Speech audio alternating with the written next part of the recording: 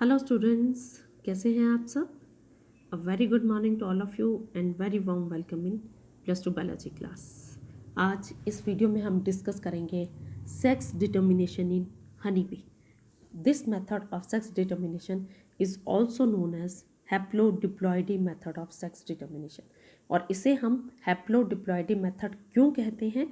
Because change in the number of genome determines the sex of the individual.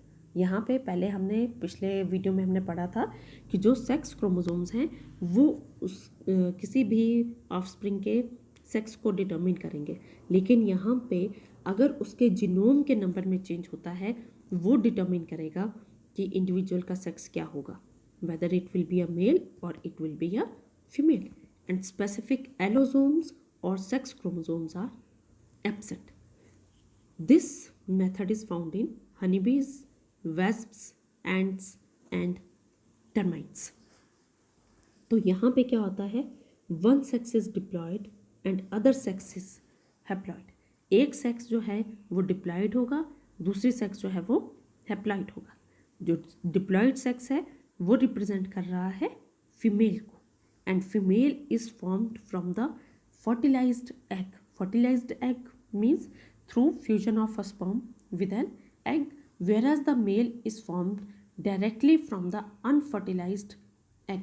Mail की formation के लिए sperm की ज़रूरत नहीं पड़ती है।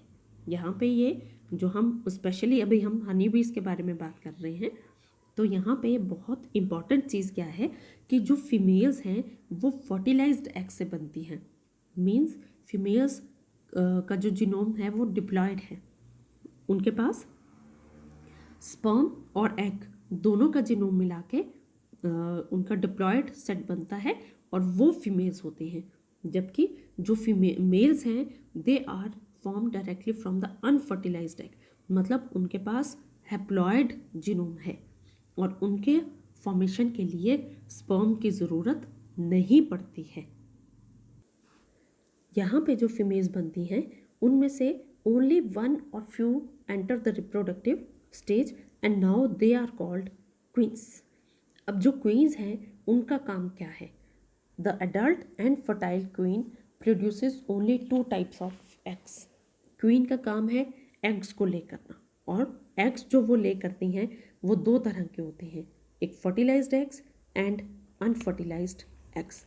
जो फर्टिलाइज्ड एग्स में से लार्वे निकलते हैं वो या तो क्वीन में डेवलप हो सकते हैं या फिर वो वर्कर में डेवलप होते हैं। अब ये डिपेंड करता है कि उनको खाने के लिए क्या मिलता है, उसके ऊपर डिपेंड करता है कि वो किस में डेवलप करेंगे। तो larva from fertilised eggs may develop either in queen that is fertile female when they are fed on royal jelly. जब उन्हें खाने के लिए रॉयल जेली मिलती है तो ये लार्वे फर्टाइल फीमेल में, जिन्हें हम क्वीन कहते हैं, उनमें डेवलप हो जाते हैं।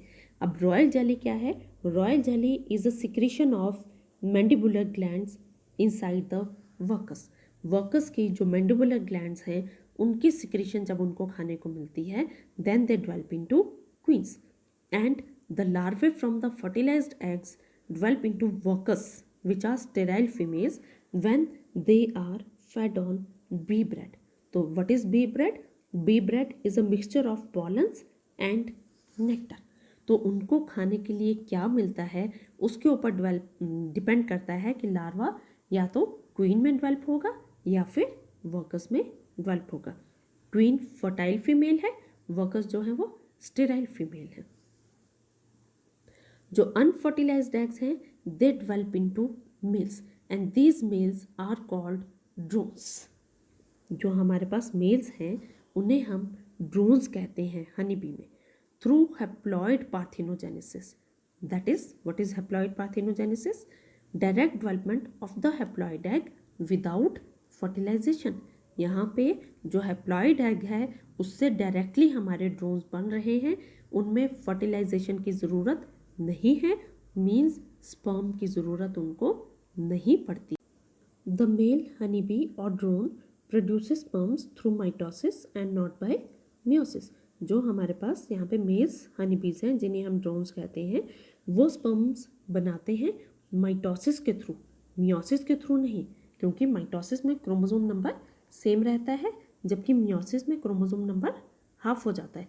और क्योंकि इनके पास पहले ही हैप्लॉइड जीनोम है, so they will produce sperms through mitosis and not by meiosis. तो अगर हम इनको एक फ्लो चार्ट के थ्रू देखें तो फीमेल के पास 32 क्रोमोसोम्स हैं, जबकि मेल के पास 16 क्रोमोसोम्स हैं। यहाँ पे हम स्पेशली बात कर रहे हैं किसकी? हनी बी के। तो फीमेल्स में मियोसिस होती है and through meiosis it produces eggs, whereas the male by mitosis produces sperms. So the gametes have 16, that is half set of genome. Both the gametes have half set of genome. Now if the egg and the sperm fuse, the egg will be fertilized egg and it will develop into female, and female will be a queen or a worker depending upon कि इसे खाने के लिए क्या मिलता है। और अगर ये वाला अनफर्टिलाइज्ड एग रह जाता है then it will be a male. तो अगर हम इस फ्लो चार्ट को देखें तो हम कह सकते हैं कि ऑल वर्कर्स एंड क्वींस, जितनी भी हमारे पास यहाँ पे वर्कर्स फीमेल्स आ रही हैं, they all have mother and father, but the males or the drones they have neither father nor they have sons, only they have grandfather and grandsons. grandfather and grandsons कैसे होंगे? जैसे हमारे पास यहाँ पे ये मेल आ रहा है तो इसका यहाँ पे फादर कोई नहीं है, ये जो मेल है इसके यहाँ पे मदर है, फादर नहीं है, क्योंकि इसको स्पर्म की ज़रूरत नहीं है। So it does not have any father and it will not have any son, but it can have only grandfather. ये इसका ग्रैंडफादर है और सेम वे इसका ग्रैंडसन इस मेल के ग्रैंडसन होंगे। So the males or the drones have neither father nor they have sons, but they have only grandfather and grandsons. तो इस वीडियो में इतना ही। आई होप आपको समझ आया होगा, आपको वीडियो अच्छा लगा होगा। अगर अच्छा लगे तो लाइक करें, शेयर करें, सब्सक्राइब करें।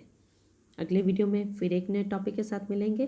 तब तक के लिए गुड बाय, अपना ध्यान रखें और स्वस्थ रहें।